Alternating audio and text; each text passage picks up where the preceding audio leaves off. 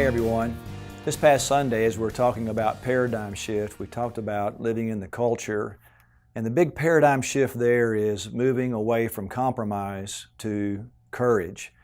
Instead of compromising with the culture, and it's so easy to do that, to live courageously in our culture and make a difference. And we looked at Daniel and his three Hebrew friends, Shadrach, Meshach, and Abednego, and how these were godly young men who decided that they would not compromise, that they would live courageously. And they had a major impact, a major influence in their culture as they introduced God into that pagan culture in that day and time. And no doubt we live in a culture where it needs God, and God has put us in this culture at this time in order for us to introduce God and to help people understand who God is and how He can help them.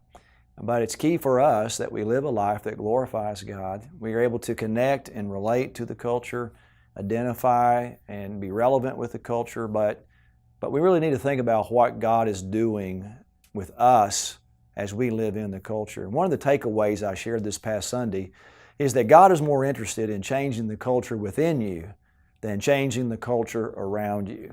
Again, it's important that we are able to connect and engage with the culture, but not at the expense of compromise, where we live boldly and courageously in the culture.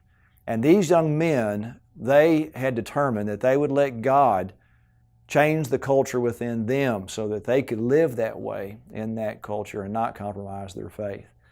And this coming Sunday, I'm going to talk about the church and the implications of that as the church is trying to live out its faith in the culture and how we do ministry. So, in fact, over the next couple of weeks, we're going to be looking at that. And I think it's going to be very significant as we think about how we do ministry in the future.